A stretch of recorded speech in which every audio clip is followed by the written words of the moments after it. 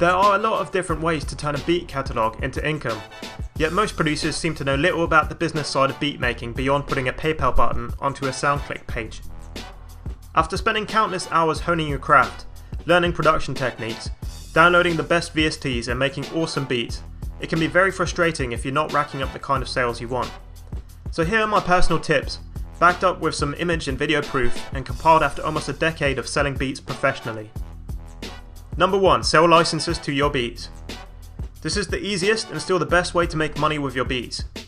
Once you have a decently sized catalogue of quality beats, you can register and set up your own website for cheap, or sign up to a VIP artist service like Music Central or My Flash Store that will allow you to set up your own beat selling homepage. Some people also hustle their beats on music communities like SoundCloud and include email information for purchases, or more specified beat websites like beatstars.com. Generally, you will need a PayPal account in order to receive payments online, though you can also arrange payments with customers through services such as Google Wallet, bank transactions, or Western Union. Most producers sell licenses according to 3 main categories: lease license, exclusive license, and sync license. Lease licenses are non-exclusive licenses with a limited sales cap. This means that your buyer can only sell a limited number of digital downloads of physical albums, usually around 2,000 to 10,000. Your beat can be leased to an unlimited amount of buyers as you retain the rights to your beat. Lease licenses are sold by producers anywhere from $1 to $50, with an average of around $25. It is common practice to also offer premium lease licenses, where buyers are given the option to pay a little extra to receive separated instrumental track lines of your beat and/or to sell more units. Exclusive licenses, on the other hand, are full ownership licenses, usually with an unlimited sales cap. They are therefore sold to only one customer, and the beat is subsequently marked as sold. Naturally, they will be priced a lot higher, anywhere from $50 to $1 million if you're Timbaland. The final license type, which is ignored by the majority of producers, is a sync license. While lease and exclusive licenses are targeted at recording artists, sync licenses are for media professionals and broadcasters such as websites, movies, TV, or video games. Sync licenses are usually limited to a specified number of broadcasts, for example 1 DVD release title. They are commonly priced between lease and exclusive licenses, depending on the intended use. If you're planning to make beats your full-time income, then selling licenses will be the backbone of your operation. Even if your plan is to go after album placements, your first priority should always be setting up your internet presence. Get yourself a PayPal account, set up a beat selling website, and start promoting. Here on my PayPal account you can see the kind of income our beat page generates in a good month. That's $23,000 in USD only. Now of course bear in mind I've been selling beats for a long time, but the sky really is the limit for you. Number 2. Sell other producers' beats. It might seem counterintuitive to spend your time pushing other producers' beats, but building up a team of beat makers can be beneficial in many ways. Not only can you feed off each other creatively and provide your customers with a constant stream of fresh material, you can also agree to take a set percentage of the sales you make for your fellow producers. If you put together a strong team with a diverse range of beat styles, you can greatly increase your market share and divide marketing duties. Everyone benefits. Number 3. Sell MP3 downloads. A lot of producers neglect selling MP3 downloads to their beats, opting instead to give out free downloads, or not to allow any downloading at all. However, giving out MP3 downloads for 99 cents or $1.99 for example, can actually be a great additional revenue source. Essentially this is free money, as you can make it clear to your customers that the MP3 downloads are intended for non-profit use only. There is a big market of music fans and casual artists who might enjoy just listening to your beats or recording on them for demo or personal use, without wanting to invest the 20 odd bucks for a commercial lease license. If you're worried about the safety of your beats, you can always tag them and tell customers that untagged versions are only sent out with lease or exclusive licenses. This is a fair deal for everyone, as your listeners will still get to enjoy and or trial your beats. MP3s can be sold through a number of online vendors such as iTunes, Amazon, or the SoundClick MP3 store. Number 4. Make beat tapes. Similar to selling MP3s, it is well worth your time releasing beat tapes or compilations of your instrumentals, perhaps even the odd exclusive release with unpublished beats. This can generate a lot of excitement amongst your fans and lead to your music being discovered by whole new fan groups on sites like CD Baby. Over the years I've released a number of compilation albums and published them all via CD Baby. The site is really useful. As well as selling your music through their own website, they will distribute your songs to all their digital partners such as iTunes, Amazon, MySpace Music or Rhapsody. What's more, you have the ability to enter all your songs into sync licensing deals via Rumblefish, which can potentially earn you even more money if your beats are used, for example in YouTube videos. CD Baby have paid out almost $10,000 to me so far, and as they add more and more digital partners, the monthly checks seem to get bigger and bigger. Number 5. Become a YouTube partner.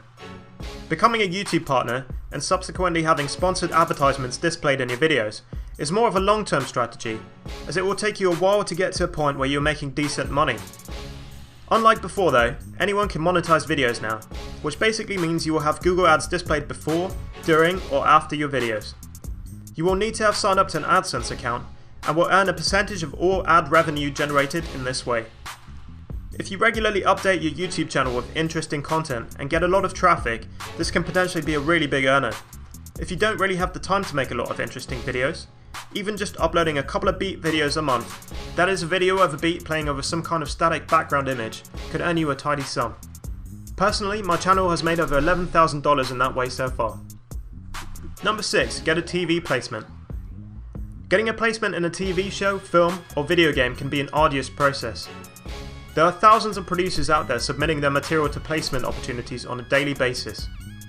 However, if you regularly network and build relationships with media professionals, companies, and agencies, you will eventually persevere and the spoils will be worth the toil.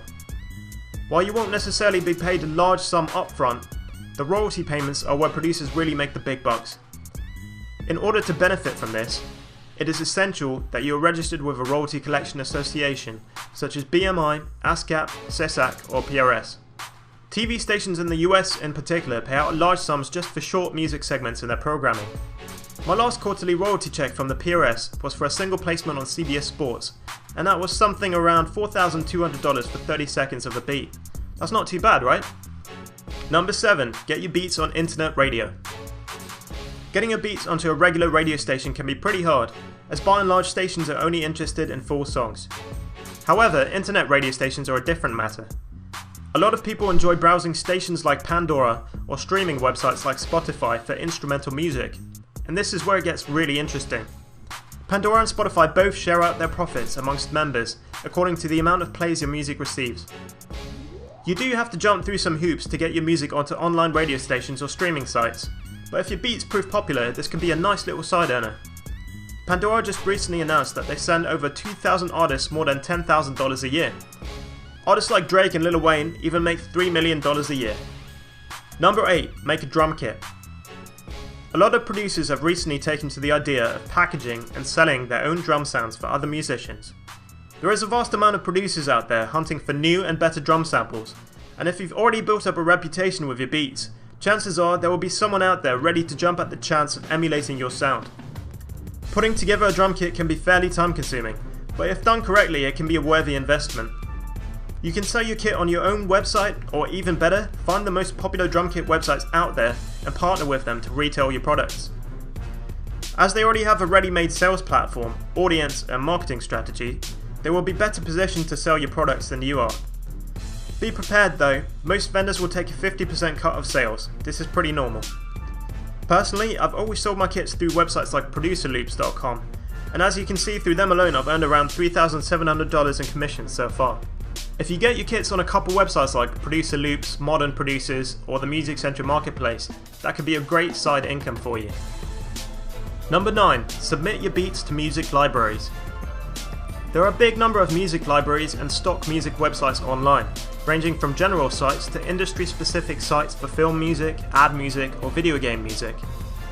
When you upload your beats to these sites, you will usually have to enter into non-exclusive sub-publishing agreement, which basically means you are signing over the right for those websites to make money with your music in exchange for a profit share. They will usually charge somewhere in the region of 50 to 75%, so that's a pretty big chunk. However, a lot of producers make a good amount of money licensing their beats through websites such as Pump Audio or Audio Jungle. The customers of these sites are usually video creators, advertisers, or website owners. So by uploading your music to these sites, you can reach a new audience outside of the recording artists. Just make sure you read any contract you sign with these websites very carefully, as some of them are known to be fairly cutthroat. Number 10. Be creative. Okay, so this last one's a bit of a cop-out, but what I'm trying to say is that there are an endless number of ways in which you can make money from beats. You're certainly not limited to selling licenses through a website or hustling your beats to artists for placements. There are many other avenues I haven't covered in this list, and probably a whole lot more I've never even thought about. You could run song contests for artists with paid submission, for example, like we did here earlier in the year. Or you could write an ebook or get paid for product placements on your website. If you come up with any more great ideas or want to collaborate on an innovative project, you're always welcome to hit me up. That's all from me, AD. I'll see you next time.